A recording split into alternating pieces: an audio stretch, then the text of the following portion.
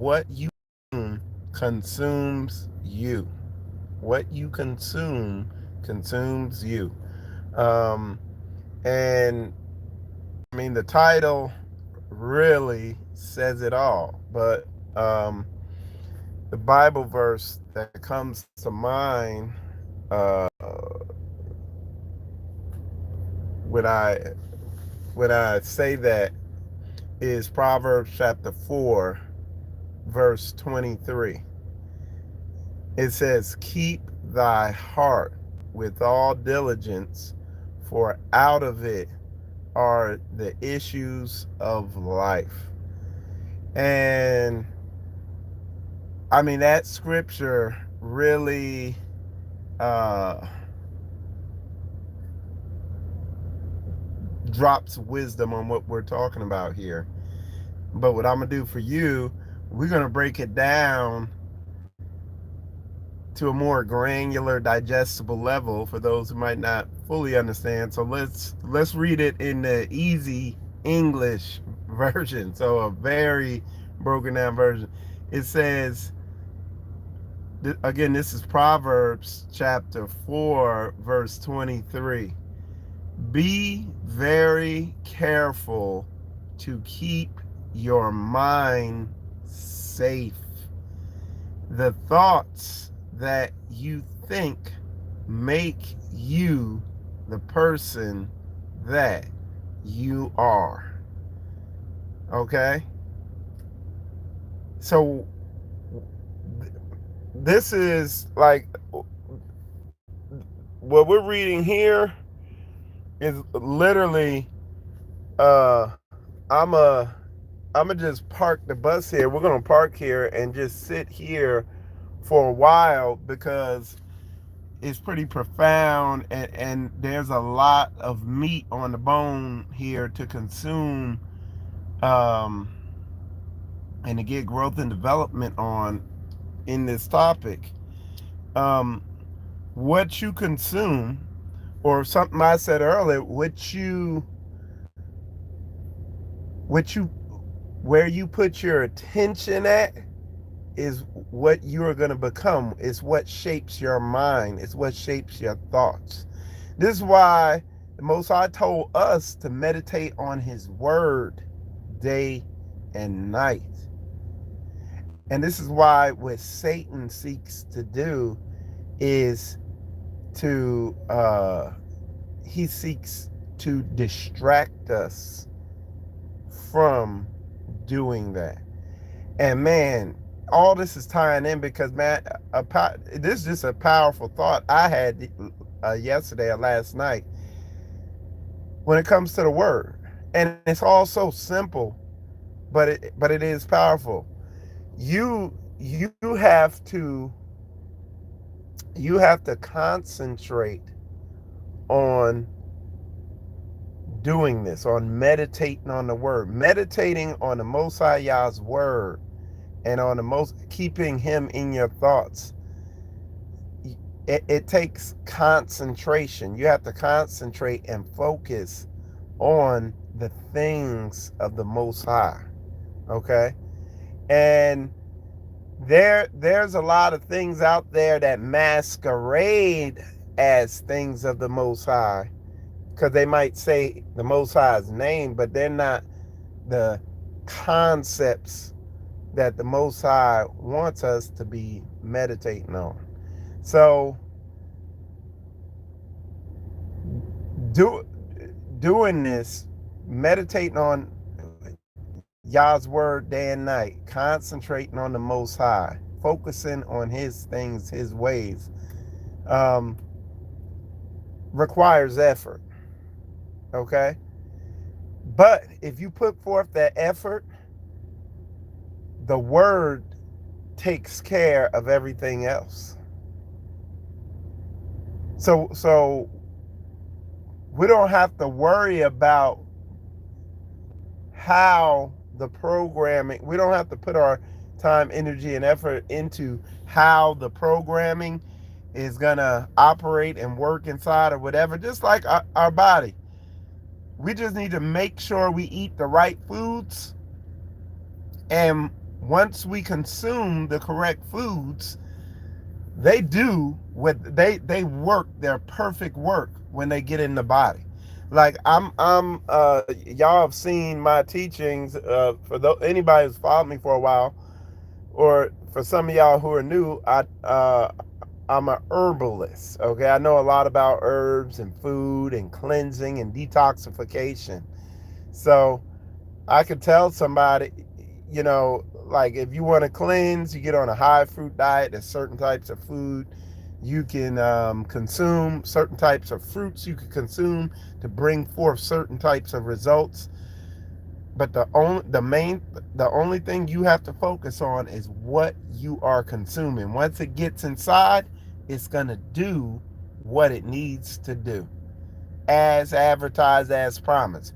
Well, this is the same thing with what you consume with your eyes, what you consume with your ears, the people you associate with, the people you are around.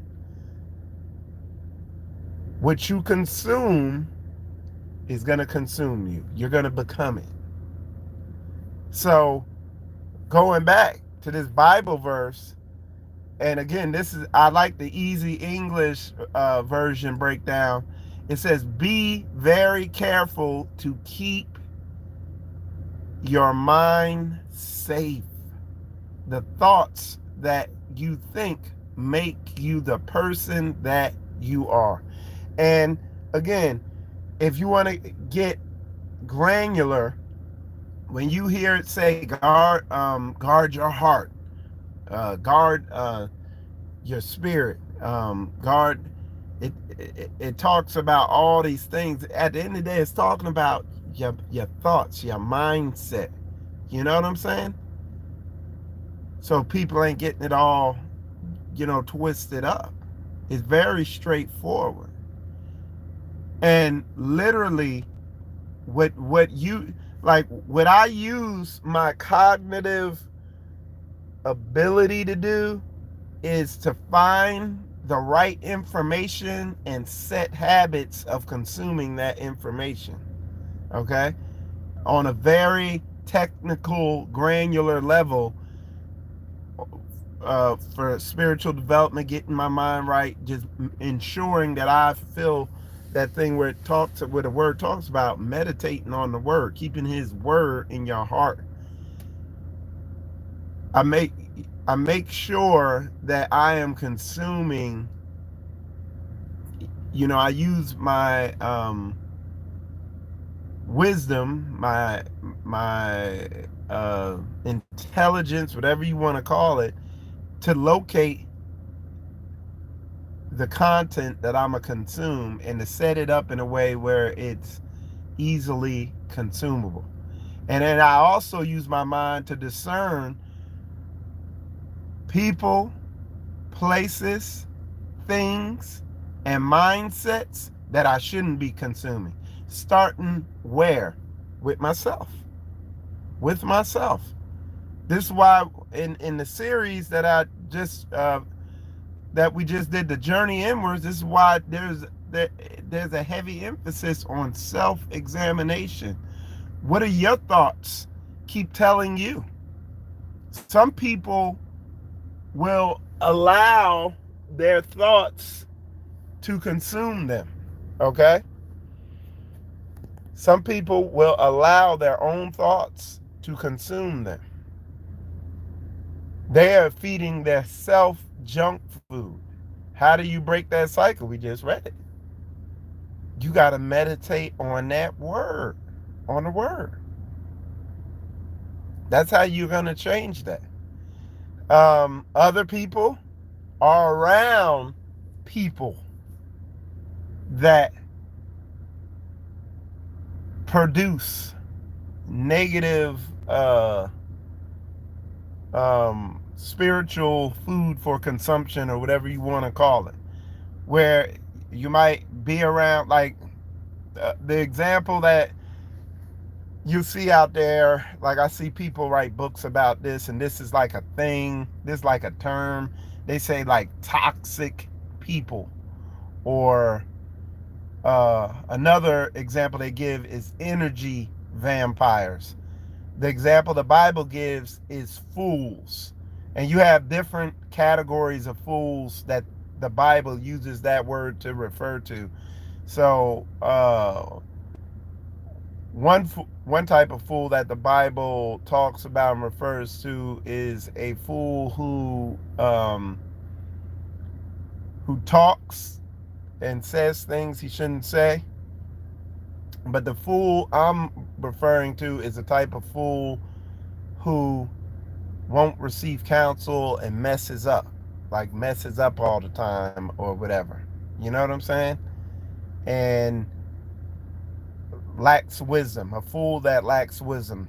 That's another category of fool. So, because there's a fool who speaks through their speech, they're foolish. There's a fool who is stubborn. So you have like a stubborn fool.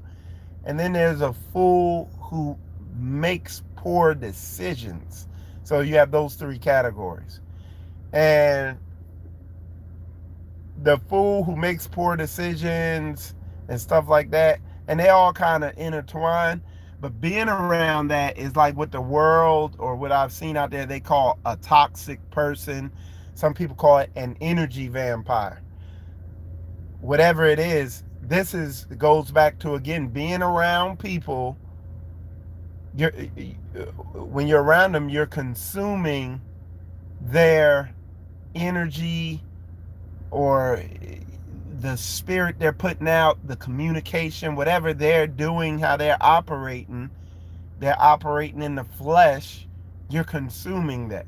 You're taking that in. You're hearing what they're saying, you're seeing what they're doing, and you're taking it in.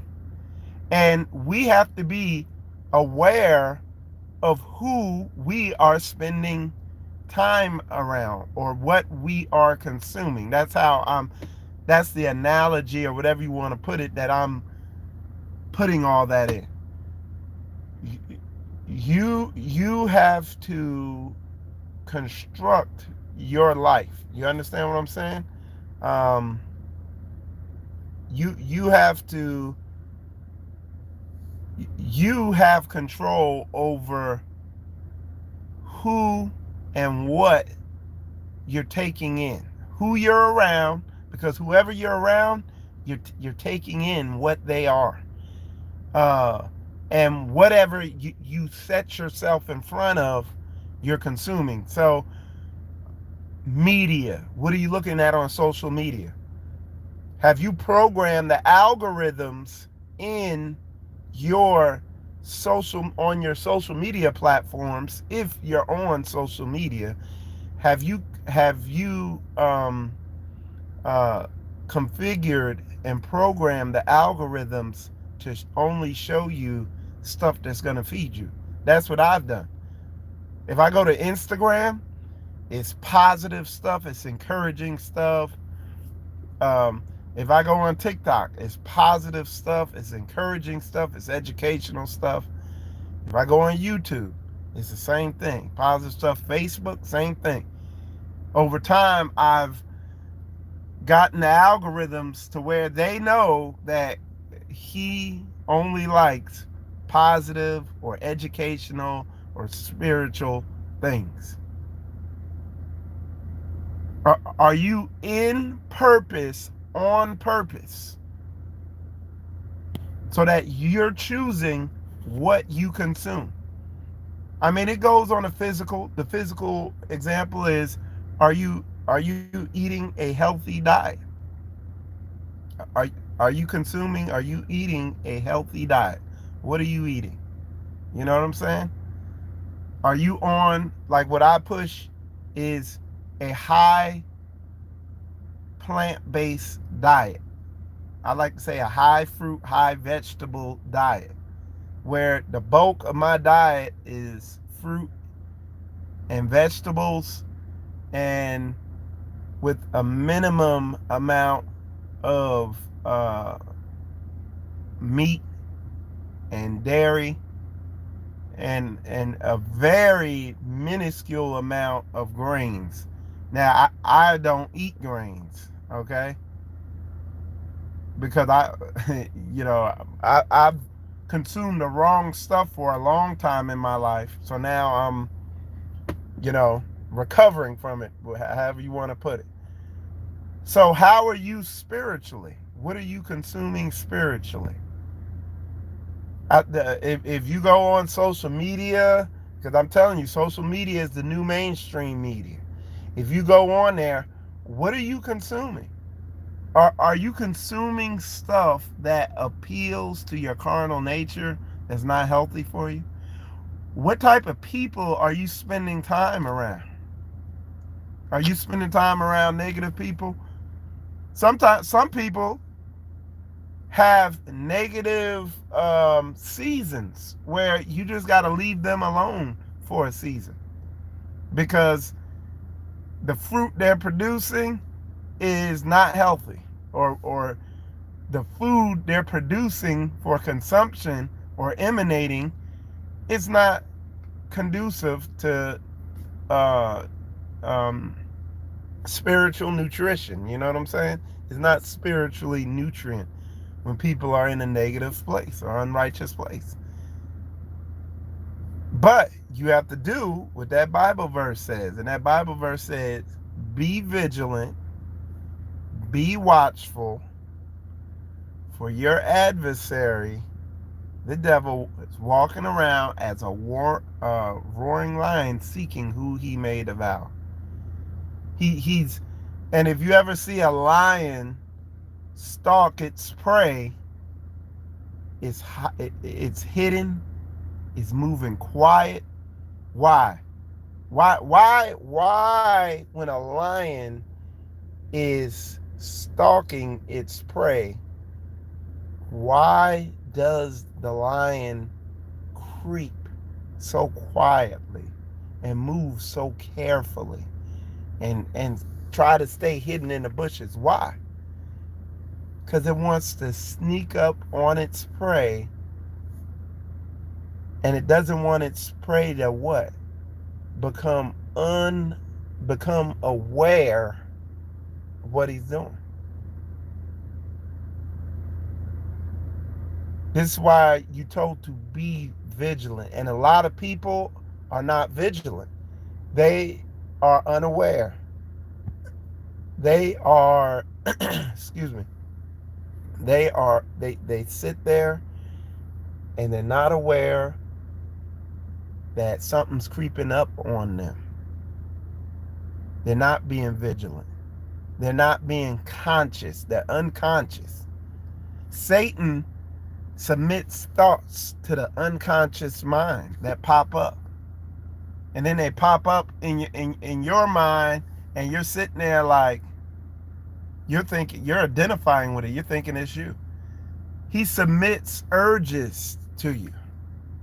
He gets people. He uses people to do things that appeal to your carnal nature to draw you in. Why? Because they're submitted to Satan. You see what I'm saying? You have to be vigilant of people, places, things, and your own mindset, because he can pop up in anywhere, in any of them, and overtake you and consume you. Because what? What you consume consumes you. Okay? Check this out. I got here, it says,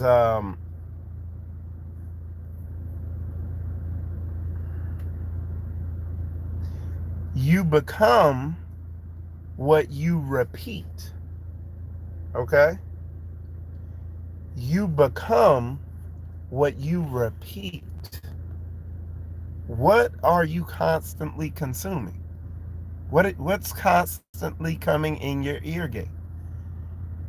Let me show you. Let's compare and contrast, because what should be coming in your eye gate and ear gate is what you have looked at yourself. When you've taken the journey inwards, when you've looked within and you see the flaws and the shortcomings and the issues and the errors that are in yourself that you need to work on.